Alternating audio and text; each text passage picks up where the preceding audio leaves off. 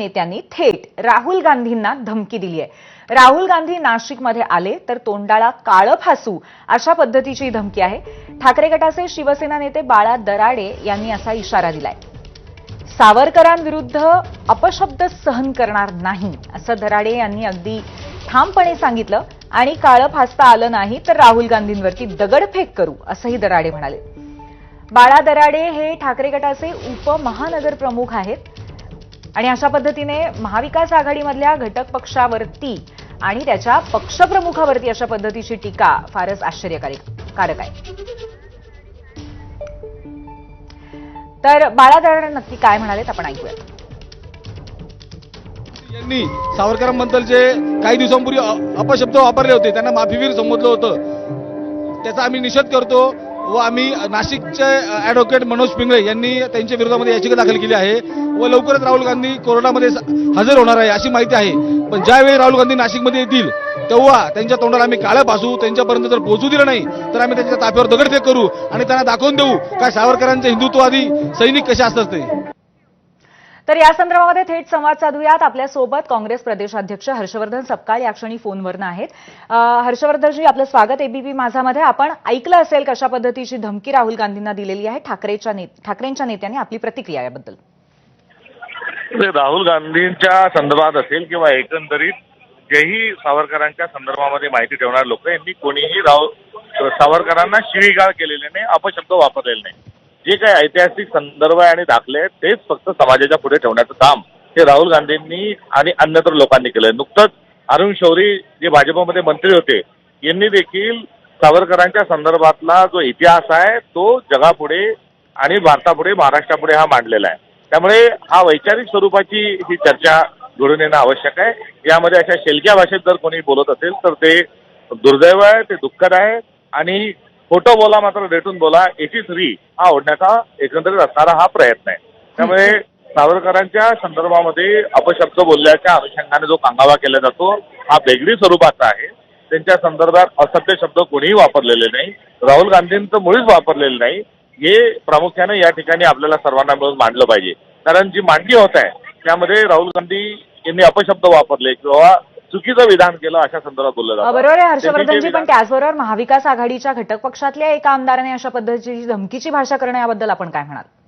नाही, धमकीची भाषा ही कोणीही देणं हे सोयीस्कर नाही आणि धमकी दिल्या जात असेल तर ते आम्ही अजिबात खपून घेणार नाही, हे देखील या ठिकाणी आपल्याला आम्ही सांगितलं पाहिजे। त्यामुळे ही मानसिक दिवाळखोरी आहे आणि अशा मानसिक दिवाळखोरीमध्ये कोणताही पक्ष असेल तर तो यामध्ये सहभागी होत असेल तर त्याला आम्ही भीक घालणार नाही, हे देखील या ठिकाणी आम्ही सांगू इच्छितो। त्यामुळे धमकीला ना राहुल गांधी घाबरतात ना काँग्रेस पक्ष घाबरतात, याची यांनी नोंद ठेवावी। आम्ही कोणत्याही चर्चेस आणि आलेल्या कुठल्याही प्रसंगात सामोरं जाण्याकरता तयार आहोत।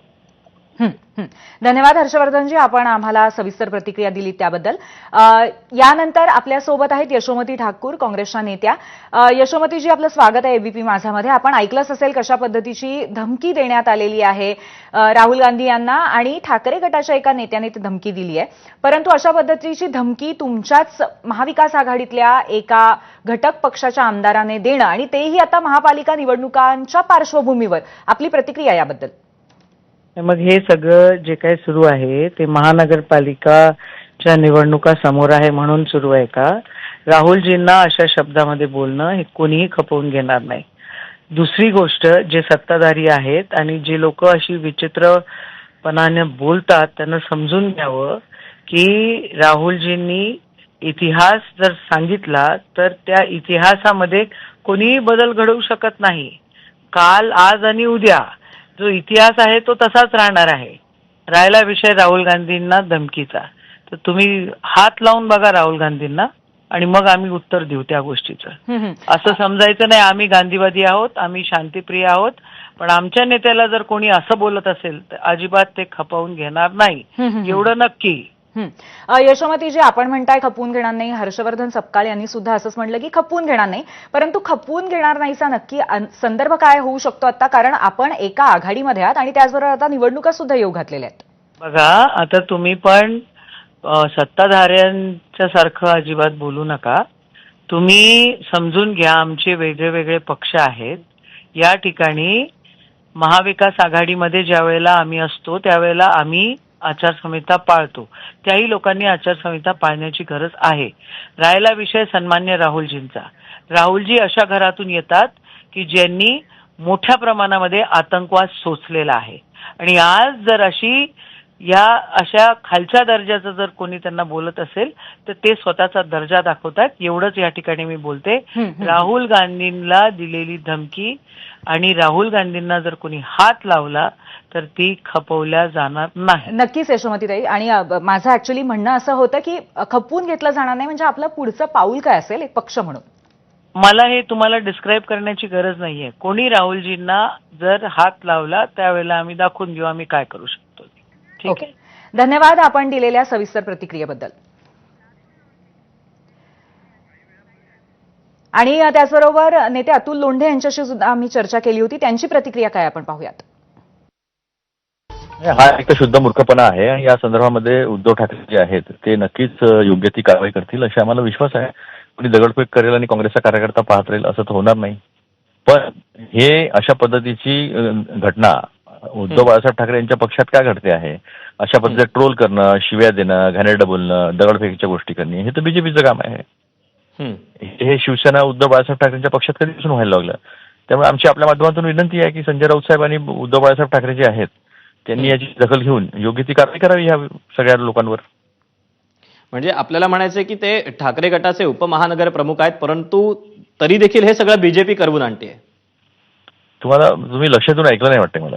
हे असले धंदे करणं हे बीजेपीचं काम आहे आणि बीजेपीचं असं काम असल्यामुळे बीजेपीला सगळ्या लोकांना महत्वाचे लोक जे आहे विरोधी पक्षाचे ते पाठवावे लागले संसदीय प्रतिनिधी मंडळामध्ये. कारण की चांगलं बोलणे, चांगल्या पद्धतीने बाजू मांडणे, तथ्यात्मक गोष्टी घेऊन बाजू मांडणे आपल्या देशाची हे त्यांना कुठं समजा. ट्रोल करणे, शिव्या देणे, कॅरेक्टर असॅसिनेट करण्याचा प्रयत्न करणे. विक्रम मिश्रीचं बघितलं नाही का तुम्ही, विदेश सचिवांचं, त्यांच्या मुलीला कशा पद्धतीने घाणेरड्या पद्धतीने ट्रोल केलं. भूमिका बीजेपीचीच मांडली होती. ते काही असतात सरफिरे, त्याच्यावर ऍक्शन घेतील उद्धव ठाकरेजी असा मला विश्वास आहे. तर या तीव्र प्रतिक्रिया ज्यांच्यामुळे येत आहेत ते बाळा दराडे नक्की काय म्हणाले आहेत राहुल गांधींच्या बाबतीमध्ये पाहूयात.